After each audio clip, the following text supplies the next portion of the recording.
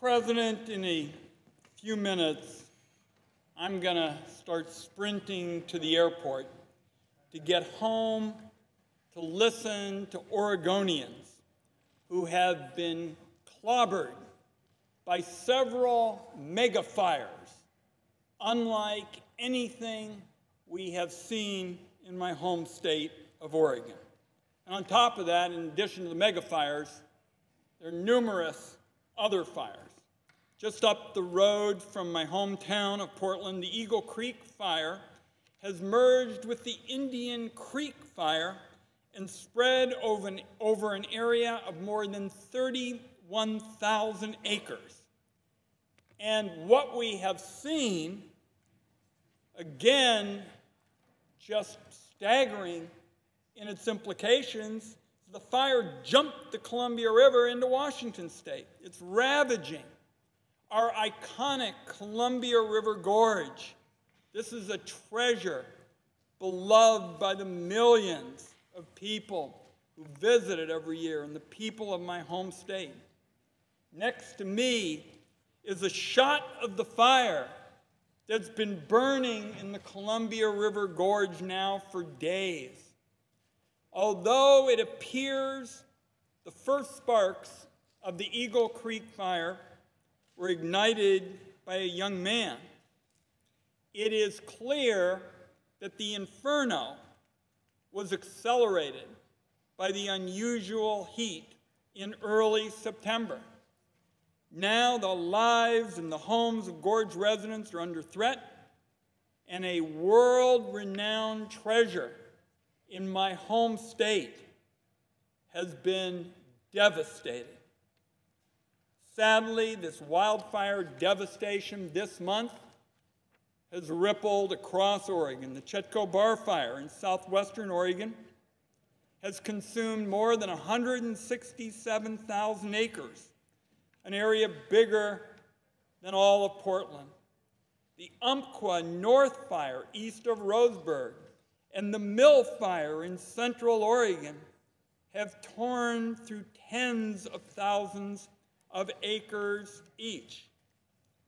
I could go on. Mr. President, the point is, my home state is getting pounded by these fires, and the West is getting pounded by these fires. The skies glow orange at night as the flames burn on. Families wake up to ash on their windshields. Schools are closed, and people have been warned to stay indoors because it's not safe to breathe the hazardous air. On the Air Quality Index map from the Environmental Protection Agency, which I have here, you can see the effects of the nightmare that has settled in over most of Oregon, Idaho, Washington, and large parts of Montana. As I speak here, there are 1.5 million acres ablaze across Oregon, Washington, California, Idaho, Montana, Colorado, Wyoming, Nevada, and Utah. 1/3 of these burning acres are in my home state alone. This year is virtually guaranteed to be the worst fire season in history in terms of the total area burned. Mr. President, I served as chairman of the Energy and Natural Resources Committee for a time, chaired the Forestry Subcommittee.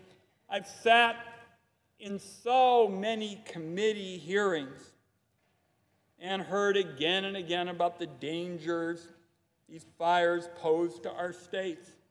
The fact is, the fires are getting hotter, they've gotten bigger, they've gotten tougher to fight, and this is a years-long pattern in the West. It gets hot, it gets dry. There's been inadequate efforts to go in there and thin out the dead and dying material. Then we have a lightning strike in our part of the world, and then all of a sudden you have an inferno on your hands. Now this time, as I indicated, it seems some of the problem was due to that set of firecrackers. but this is a years-long pattern in the West. And frankly, the same warming trends that have worsened the fires seems to have added fuel to storms that developed in the Gulf of Mexico and over the Atlantic. My seatmate here, Senator Nelson, has been telling us about what his region is faced with. The victims of all these disasters and the communities that will continue to face these growing threats need government to come up with smarter policies to try to prevent as much of this as possible. And that's why I wanted to wrap up my remarks by way of talking about the bizarre way in which the federal government budgets for fighting fire. And in the Energy and Natural Resources Committee, I've led a bipartisan effort for years now. Senator Mike Crapo, a senior senator from Idaho, and we've had 260 groups, forestry groups, scientists, environmentalists, all join us in the effort, because what has happened over the years is the federal government has shorted prevention, and then, because of the conditions being hot and dry and lightning strikes or what have you, you have a big fire, and then the federal government, to put the fire out, borrows from the prevention fund, and the problem gets worse. And this is what we call fire borrowing. And the reason I call it bizarre is the idea of ripping off prevention, which you need most, just defies common sense. You have a dangerous worsening cycle known as fire borrowing. Shoddy budgeting today leads to bigger fires tomorrow, and it needs to stop. And I remember not long ago, Mr. President, because this does so much damage to natural resources policy, the distinguished minority leader of the Senate, Senator Schumer, signed on to our bill. And we all wondered, well, what's the situation? In New York, turned out they had a problem with a bug in a baseball bat. And the natural resource agencies had trouble dealing with that challenge because so much of the funds had been frittered away with this broken system of fighting fire. That's why I've called on the President now to include a funding fix in any request for an upcoming disaster aid project, a disaster aid package.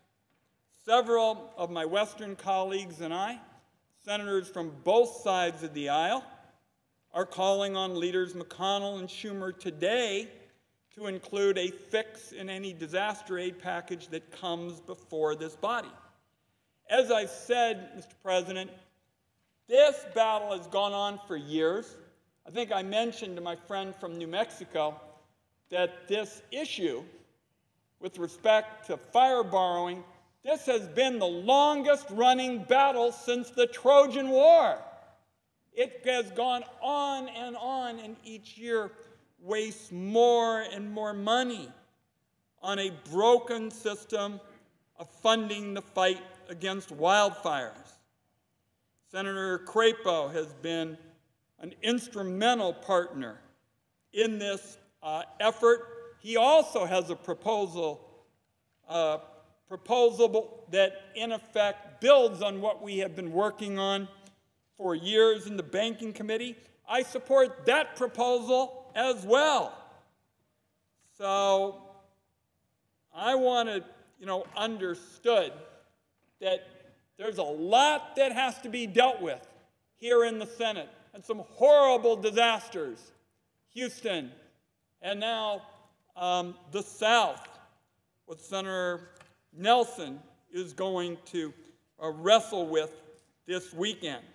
We've got a lot to do, but when we're talking about Western communities getting hit by a wrecking ball, which is exactly what these mega fires do, I want it understood that we Western senators, Democrats and Republicans, are going to be teaming up to make sure, as we said in our letter today to leaders McConnell and Schumer, that a fire fix that's based on common sense, sensible practices that try to prevent fires to the greatest extent possible have to be a focus of priority business here in the Senate. Too many Western communities, the kind I'm going to see this weekend, are faced with destroyed homes, businesses,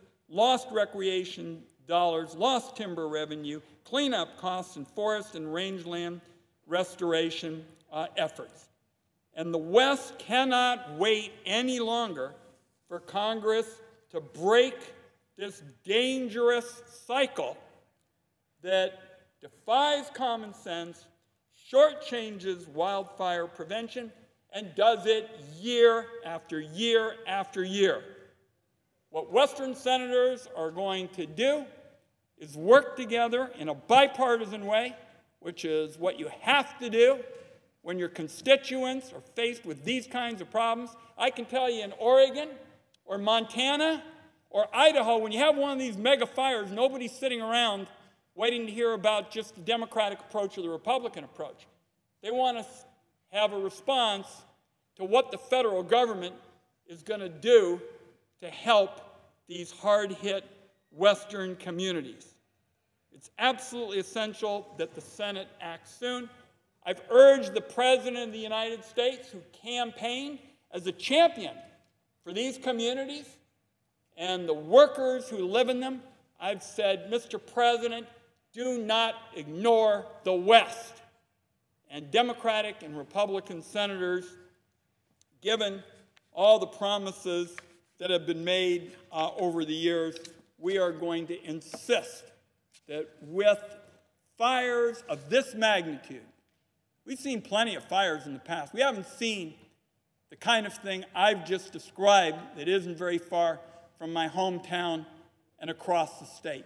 Given the urgency of this situation, Western senators of both political parties are making it clear to leaders McConnell and Schumer and the President of the United States, we need the federal government to act, and we need it now. With that, Mr. President, I yield the floor.